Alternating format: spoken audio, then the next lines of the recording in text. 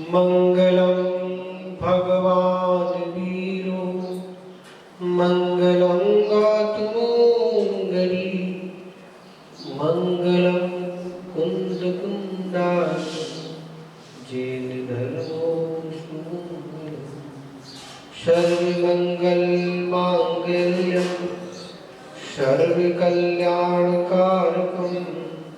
प्रधानम सर्वधर्माणां जैनं जेतुशासनं जैनं जेतुशासनं।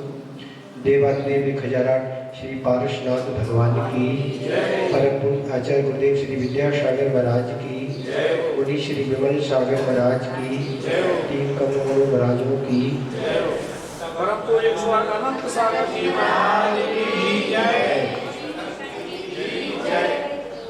पानी से किसी ने पूछा तुम्हारा रंग कैसा है?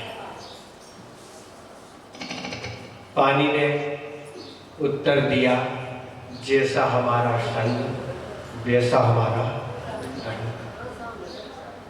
हम तो वह व्यक्ति है कि जो हम में कलर मिला दिया जाए हम उस रूप दिखने लगते हैं।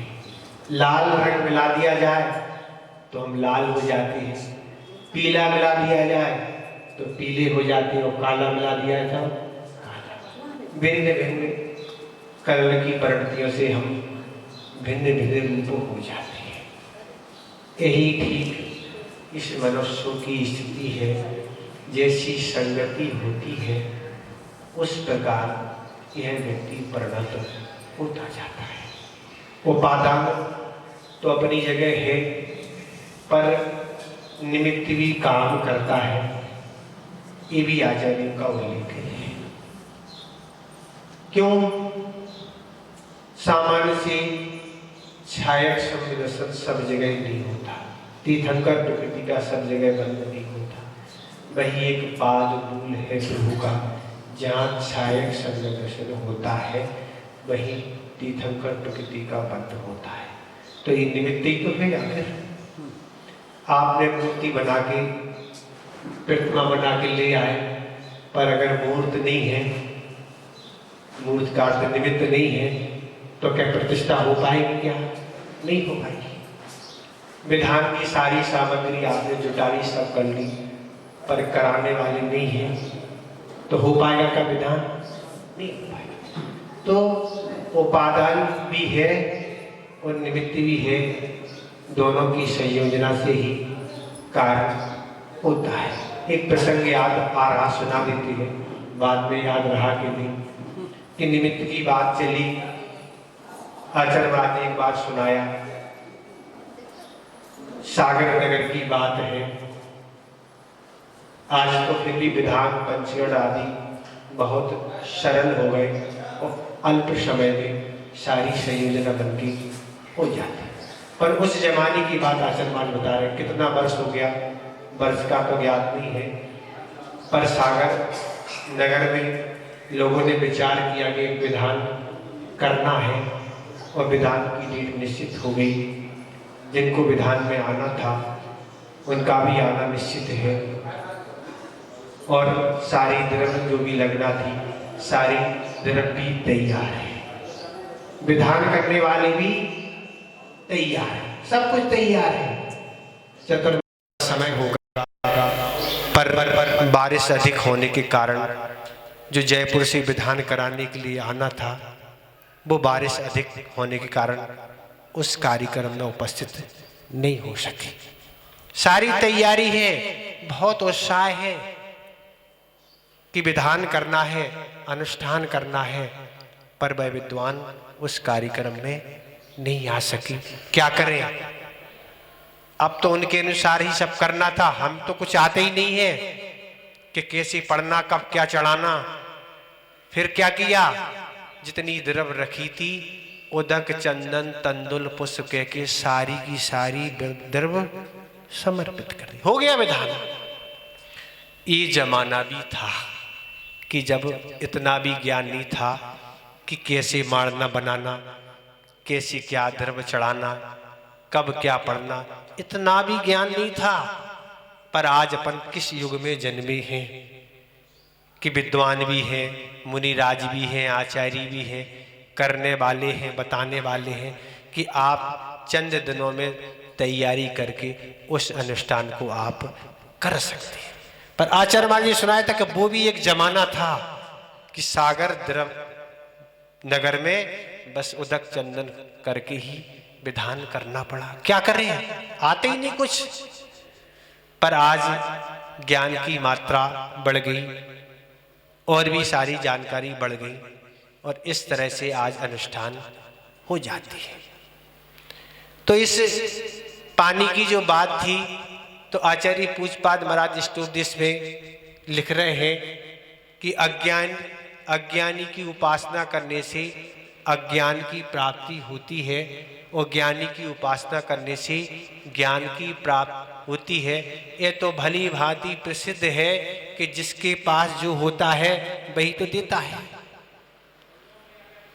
आप गुलाब के फूल के पास जाएं और उसको हाथ में ले लें तो आपका हाथ पूरी सुगंधी से भर जाएगा, और वही हाथ आप मिट्टी के तेल में लगा लें तो क्या दशा होगी, दुर्गंध से वह हाथ भर जाएगा।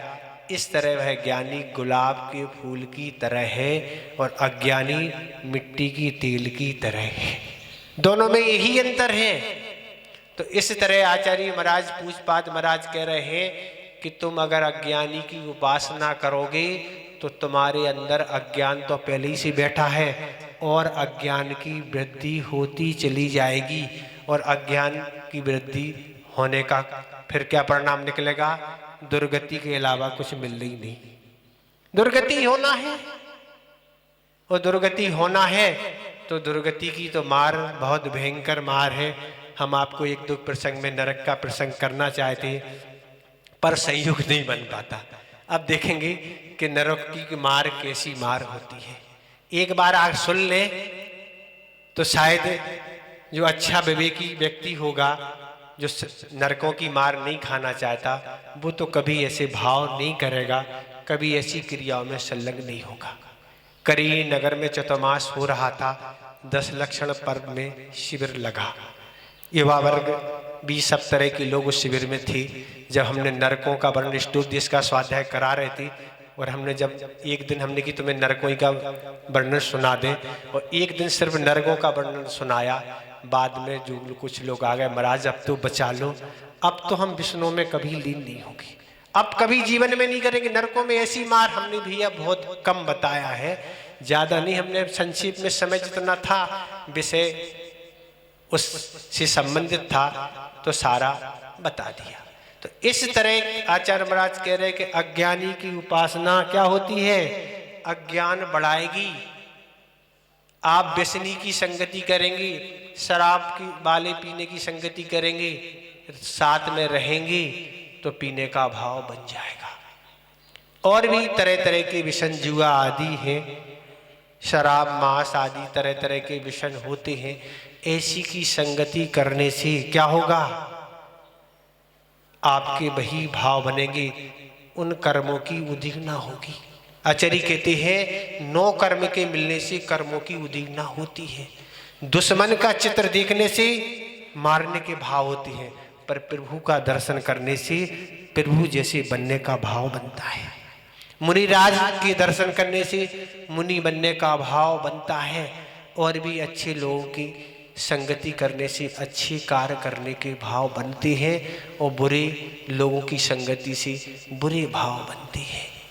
तो इस तरह से लोगों की स्थिति और परिणतियां होती हैं कि आज तरह तरह के साधन आज बढ़ रहे हैं, और उनकी संगति से लोगों की क्या परिणति हो रही है कि वह धर्म कहाँ है, हम कौन हैं, ये सारी चीज़ें उसके दिमाग से निकल रही है। ज़्यादा नहीं, बस एक मोबाइल ही है कि उसकी संगति से व्यक्ति का कितना तेजी से पतन हो रहा है। क्या धर्म है, क्या आवश्यक, क्या पूजन, क्या माला फेरना, क्या स्वाध्याय करना, क्या आहार दान करना, सारे के सारे अनुष्ठान आदि क्या हो गए हैं, सब छोड़ के उसी में लगे हैं। किस में लगे हैं? लोग तो यहाँ तक कहते हैं महाराज प्रवचन भी सुनते हैं वो मोबाइल भी चलता है, ऐसा भी लोगों ने बताया। बैठ जाते हैं पीछे, पीछे इसलिए बैठते, आगे तो बैठ नहीं पाएंगे, पीछे बैठ के प्रवचन भी चालू है। अब प्रवचन में बैठे हैं पर क्या चालू है? मोबाइल खुला है। क्या खुला है? वो तो वही जाने, जो खोले वही तो खुलेगा। तो अब ऐसी परिणति से मोबाइल आदि कैसी कैसी कंप्यूटर हैं, टीवी हैं, और भी तरह तरह की मैगजीन पत्रिकाएं, तरह तरह के साधन हैं, जिन साधन से जुड़ने के कारण ऐसी परिणति हो रही है कि पुण्य योग से अच्छी पर्याय मिली, अच्छा कुल मिला, अच्छा क्षेत्र मिला, गुरुओं की संगति मिली। उन व्यक्तियों से पूछो। कल हम जब आहार कर रहे थे, कुछ गुवाहाटी से लोग आए थे, उन्होंने आहार दिए। वो कह रहे थे महाराज हमें तो बहुत दुर्लभ है, बहुत दुर्लभ है, दर्शन नहीं होते, कभी सानिध्य नहीं मिलता। आप तो पधारो गुवाहाटी महाराज, क्या करें? इसलिए आज भाव बनाया कि आहार दे ले। दोनों बहू और सास थी, दोनों ने अच्छे से आहार दिए महाराज, और महाराज को आहार दे ले, फिर जाना है। ऐसे लोग तरस रहे हैं, पर हमें पुण्य के योग से सारे साधन मिल रहे हैं, संगति मिल रही है, हम उनसे वंचित हैं, हम उनसे दूर हैं, हम उस पुण्य का क्या है सदुपयोग नहीं कर रहे हैं। गुरुदेव की कृपा कैसी कृपा बरसी है उसके बारे में आप सब लोग जानते हैं।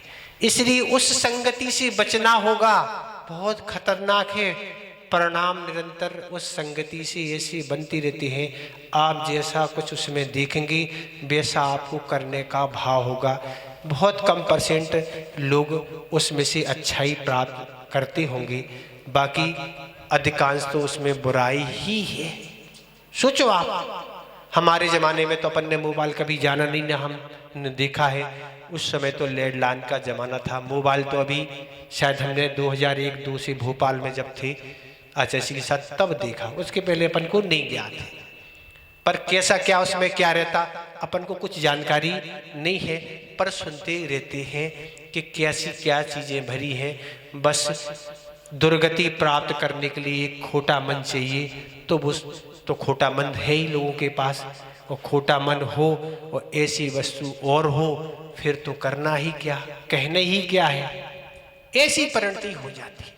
पहले हम आपको अवगत करा चुके कि कर्म सिद्धांत में यही है कि जिस भी आयु का बंध एक बार हो जाता है उसका कभी संक्रमण नहीं होता, उसको तो भोगना ही पड़ता है, जाना ही पड़ता है।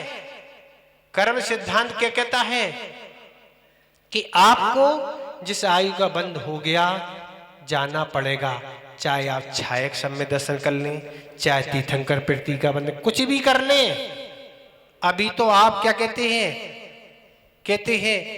कानून क्या कहता है, आप राष्ट्रपति होंगे, प्रधानमंत्री होंगे, मुख्यमंत्री कोई भी हो सकते आप, पर अगर आपने अपराध किया है तो कानून कहते हमारे कटघरे में आके खड़े हो जाओ, हम जो पूछ रहे हैं वो बताओ।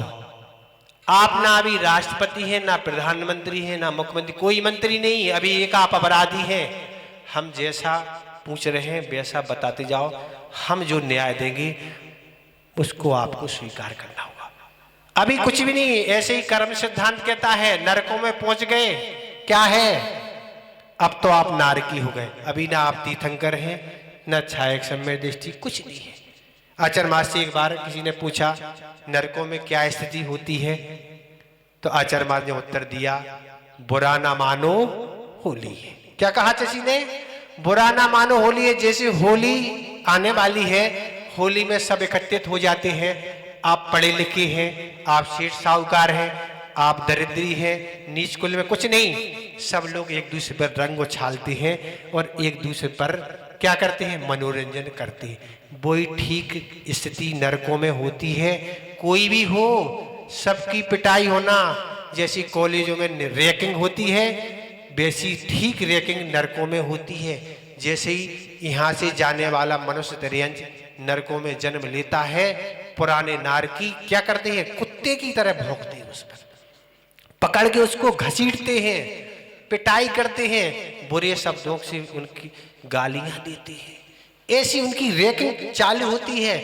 अभी नरक के विषय को नहीं छेड़ना चाहते क्योंकि विषय जो उठाया है फिर वो वह गौण हो जाएगा। तो इस तरह से नरकों की स्थितियां हैं। आयु का बंध हो गया, जाना ही पड़ेगा। इसलिए आचार्य महाराज कहते हैं कर्म का बंध कर लिया वो तो भोगना ही पड़ेगा। और अभी आपको हमने 2-3 दिन पहले बताया था कि एक और नरकों की व्यवस्था है कि वहां अकाल मरण नहीं होता। यहाँ तो अकाल मरण हो ही जाता। क्या हो जाता है? सुसाइड आदि के माध्यम से मनुष्य रियंच अकाल मरण करते, पर देव नार की अकाल मरण नहीं होता। जितनी आयु मिली है भोगना ही पड़ती है। रो के भोगो चाहे हंस के भोगो। हमने बताया था आपको कल ही परसों कि जिस बिल में जन्म लेता है नार की, जीवन भर उसी बिल में रहना पड़ता है। काला काला भास है। आचार्य वीरसेन महाराज लिखते धबला में क्या है? काला काला भास, अंधेरा, कुछ नहीं। न कूलर की व्यवस्था है, न एसी की, न लाइट, न हीटर, कुछ नहीं। ये काला वाला भास कैसे दिखता है महाराज? पिटाई कैसे करते हैं? अवधि ज्ञान से, कुअवधि ज्ञान से सब जान लेते हैं कौन नारकी कहाँ है, पहुंच जाते हैं और रैंकिंग चालू कर देते हैं। इसलिए हमने आपसे कहा था कि यहाँ लड़ाई झगड़े जब कुछ होते हैं, जब भी ससुराल में है बहू, पिटाई आदि हो गई, कुछ झगड़ा हो गया, मायके चली गई, पर वहाँ तो ससुराल और मायका एक ही है। वहाँ दो नहीं है कि यहाँ से वहाँ चले जाओ, यहाँ से घूमने चले जाओ। वहाँ तो बस जीवन भर की ये समस्या है। राजेश सेंडिक ने भली तीर्थंकर व्यक्ति का बंद कर लिया, छायक समय दृष्टि बन गए, पर अभी 84,000 वर्ष तो क्या है भाई? खाओ आओ, किया है तो भोगना पड़ेगा। और जो पुण्य किया है, विशुद्धि बढ़ाई है, उसका पुण्य आगे भोगेंगे। तो एक स्थिति सोचो, विचार करो, 24 घंटे में कभी भी किसी भी आयु का बंध हो सकता है। 24 घंटे ही नहीं, हम जागृत तब होंगे, क्योंकि आयु को छोड़ के 7 कर्मों का तो बंध हमेशा होता है, पर आयु कर्म के साथ कुछ शर्तें हैं, जब ही उनका बंध होता है, पर कभी भी हो सकता है। पर उदय तो 8 कर्मों का चलते ही है। चाहे आप सोएं, चाहे रोएं, चाहे कुछ भी करें, निरंतर उदय चलता है। ये परिणति स्थिति है। तो संगति की बात कर रहे थे। आज लोग बहुत प्रसन्न हैं इस बात को लेके कि वैज्ञानिक और भी बड़े बड़े इंजीनियर हमारे सबके सामने एक से एक वस्तु क्या है बना रहे हैं, ला रहे हैं। हमारा सारी लेटेस्ट वस्तुएं आ रही हैं, सारे साधन आते जा रहे हैं, उन साधनों से हम जुड़ते जा रहे हैं। कितनी सुख सुविधा है महाराज। अब तो कार का गेट भी नहीं खोलना पड़ता है, क्या करना पड़ता है? सब रिमोट में है। और भी कितनी वस्तुएं हैं, कितने साधन बढ़ रहे हैं। उन साधनों के कारण हम कितने महाराज सुखी होते जा रहे हैं। हमें कुछ करने ही नहीं, सारी चीजें। अब तो रोटी बनाने की भी मशीन आने लगी, बस खाने वाली भी आने वाली है। अब आपको वो भी मेहनत नहीं करना पड़ेगी, सब कुछ आप होता चलाएगा। आपके पास धन हो, सब आपको उपलब्ध होता जाएगा। इसलिए लोग आज कितने खुश हैं। सारे साधन है महाराज। अब कष्ट की कोई बात नहीं, बटन ऑन करो, किचन में पानी आ जाता है। कुछ भी आपको करना, कपड़े पहनाने वाले भी हैं और भोजन कराने वाले भी हैं और बनाने वाले भी हैं। हमें तो सिर्फ खाना है, पचाने वाले तो हम ही हैं, पचाएगा दूसरा नहीं।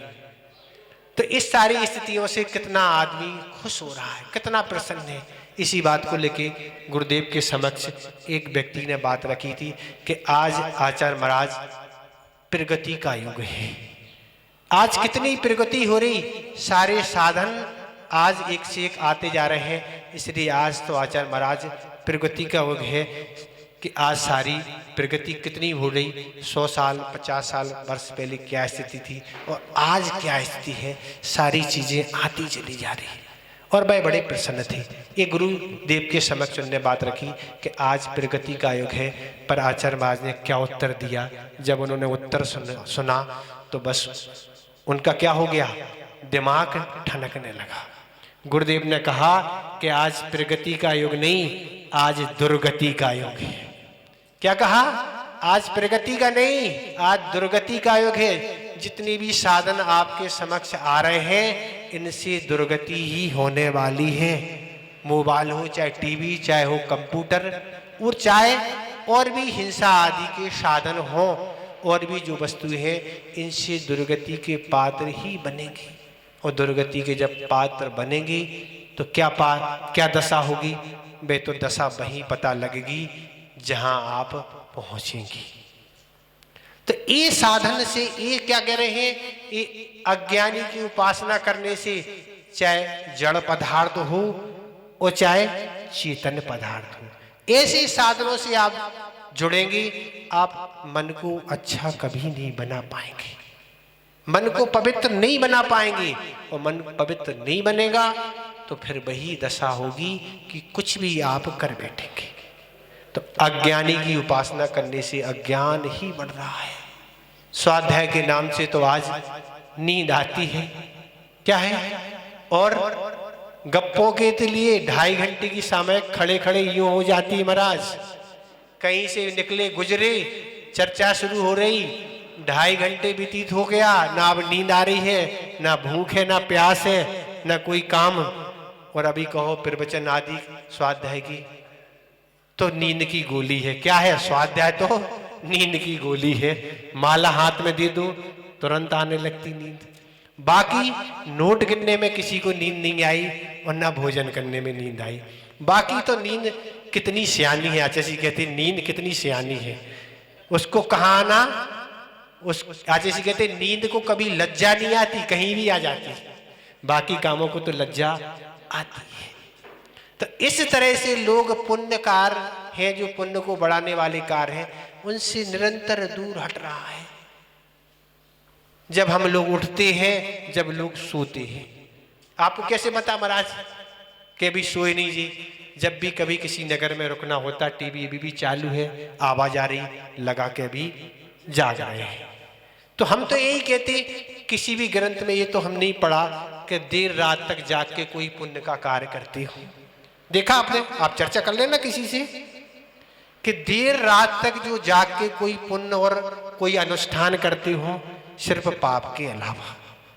जब ये पाप में लगे रहेंगे तो सुबह कौन माला फेरेगा, कौन भगवान की स्तुति करेगा, कौन पूजन और कौन अभिषेक स्वाध्याय आदि करेगा। जब 2-3 बजे सोएंगे, 12 बजे तो स्टैंडर्ड टाइम होगा, सुनते हैं ऐसा।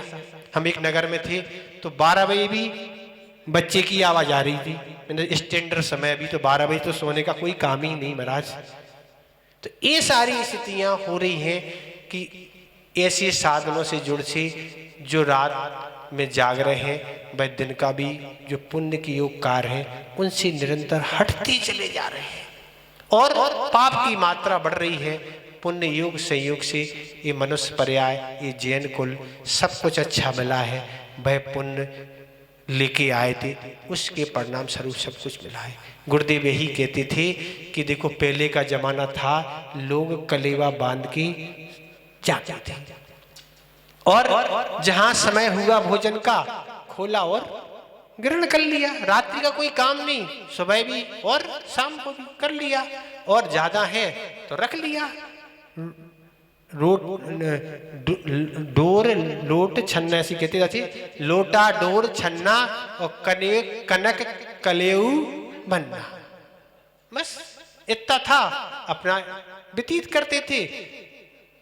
तो आचार्य महाराज उदाहरण देते थे कि जैसे कलेवा बांध के जाते थे और जहां समय हुआ कर लेते, इस तरह से पूर्व में पुण्य रूपी कलेवा बांधा था, तो आज आप भोग रहे हैं। पर आज पुण्य रूपी कलेवा तैयार नहीं करेंगे तो आगामी पर्याय में क्या मिलने वाला है? क्या मिलना है? वही मिलना है, या तो पुण्य मिलता है या पाप मिलता है, तीसरा तो कुछ है ही नहीं, पाप को ही भोगना है। तो इस तरह से ये परिणति है। समय आपका हो रहा है, 9:30 बज गया है, विधान बहुत बड़ा है, 5 से कुछ अर्घ है, 5 से 12 अर्घ चढ़ाना है और फिर जाना भी है, ठीक है। तो इतना ही अपन, विषय तो पूरा कभी हो ही नहीं पाता, 1-2 प्रवचन हुए पर वो विषय नहीं हुआ तो क्या करें। समय की पाबंदी भी है और अनुष्ठान आपको करना है। तो इसलिए आचार्य महाराज यही कह रहे हैं, एक आपको संस्मरण जरूर सुना दें कि संगति से क्या स्थितियां बनती हैं। आचार्य महाराज ज्ञान सागर महाराज जी की संगति से क्या बन गए। विद्याधर पूज्य ज्ञान सागर महाराज के पास पहुंचे उनकी क्या परिणति बन गई। कहाँ विद्याधर और कहाँ आचार्य गुरुदेव विद्यासागर महाराज, और कहाँ उनकी साधना कि ज्ञान सागर महाराज ने एक खसखस के समान छोटा बीज बपन किया था, पर वह बट वृक्ष कितना विशाल रूप आज धारण किए है कि जिसकी कितनी शाखाएं, कितनी उपशाखाएं, कितने फल क्या है, उसका कुछ अपन को पता नहीं। वो क्या कब कर बैठे अपन नहीं बता सकती। अभी दीक्षाएं, क्षुल्लक दीक्षाएं हुई, और जब हमें दीक्षा की जानकारी हुई कि कल दीक्षाएं होना, अभी तो यही नहीं पता पड़ता है कल है कि परसों, जानकारी आई कि दीक्षा होना, बस इतनी जानकारी कब होना है, कल होना कि परसों, पता लगा कल ही होना है। कैसे पता लगा? ब्रह्मचारी को संकेत दी कि व्यवस्थित भोजन करके आना है, तो इसलिए कल होना है।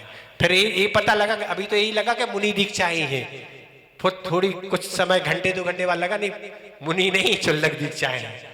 तो उनका कब वो क्या कर बैठे किसी को कुछ नहीं पता, कौन सी दीक्षा होना, कब होना, क्या होना। अनेकों मुनिराज ने प्रयास किए, 2-4 दिन पहले पता लगाना चाहे कि पता लग जाए कि दीक्षाएं हैं, तो पिछी तैयार कर ले। हमने एक सागर महाराज से कहा, हम जा रहे थे ऊपर, हमने महाराज जी क्या है दीक्षा का माहौल? कल नहीं है दीक्षा। हमने क्यों? कल पिछी का पूछा था, मना कर दिया, इसलिए है ही नहीं कहने लगी। अब उन्हें नहीं बताया, अब क्या किसको क्या बताएं, उनकी पिलाने कौन जाने, तो वही केवली भगवान है, वही जान सकते, अपन तो नहीं जान सकते। आचार्य गुरु ज्ञान सागर महाराज को भी परखने में उनको आज होते तो समय लगता, अपन तो बहुत छोटे हैं। तो इस तरह से आचार्य ज्ञान सागर महाराज की संगति ने विद्याधर को क्या बना दिया। थोड़ी सी संगति शुरुआत हुई, वो गुरुदेव, ये तो सारे संस्मरण हैं, गुरुदेव के तो हजारों संस्मरण हैं, समय देखते हुए अभी तो मूल संस्मरण पर चले कि जब आचार्य महाराज महावीर जी में विराजमान थे और उनके जो भी परिवारजन थे, उन्होंने सोचा कि गर्मी का समय है, अभी उनका रुकना होगा, तो अपन चलते हैं उनके पास, अच्छे से स्वयं शुद्धि का भोजन करेंगे और अतिथि सत्कार व्रत करेंगे, अतिथि संभाग व्रत का पालन करेंगे। पूरा परिवार महावीर जी में आ गया। प्रतिदिन गुरुदेव का पड़घान करना, वो गुरुदेव आए तो उनका आहार कराना और फिर स्वयं सबको आहार करना। इस तरह से काफी दिन तक लगभग 1 महीने तक ऐसा होता रहा। अब समय चूंकि गृहस्थ धर्म से जुड़े हुए थे, खेती का भी समय था, तो अब सभी ने विचार बनाया कि अपन को अब वापस चलना है, और सभी परिवारजन गुरुदेव के पास आज्ञा लेने गए। गुरुदेव, बहुत धर्म लाभ लिया हम लोगों ने, अच्छे से सब कुछ हुआ, अब हम लोग जा रहे हैं, और सभी जाने का विचार था। तभी आचार्य महाराज अनंतनाथ और शांतिनाथ, जो पूज्य युग सागर महाराज और पूज्य समय सागर महाराज का नाम था, तो आचार्य महाराज कहते दोनों से, हम भी उस घर में रहे जिस घर में आप रहते हैं, हम भी वही खेती बाड़ी करते थे, सब कुछ करते थे, वैसे ही व्यतीत करते थे। आखिर तुम जाओगे तो वही तो करोगे, क्या करोगे, क्या करोगे? वही खेती बाड़ी और वही घर। आखिर अपने कल्याण के बारे में कुछ सोचोगे क्या कि नहीं, कि यूं ऐसी बिता दोगे ये मनुष्य पर्याय? कुछ अपने कल्याण के बारे में। दोनों का जैसी ये बात सुनी दोनों बालकों ने, लगभग समय सागर महाराज सुनाया था, हमारी उम्र 17 वर्ष की थी तब हमारी क्षुल्लक दीक्षा हो गई थी। युग सागर जी चूंकि बड़े हैं समय सागर से, उम्र में, दीक्षा में तो समय सागर जी बड़े हैं, पर उम्र में 2 वर्ष युग सागर जी बड़े हैं। तो दोनों को जब बात आचार्य ने कही तो झटका लगा, क्या कह रहे हैं? तो गुरुदेव फिर क्या करना हम लोगों को बताओ, आप आत्मकल्याणी क्या करना होगा? ठीक है, बस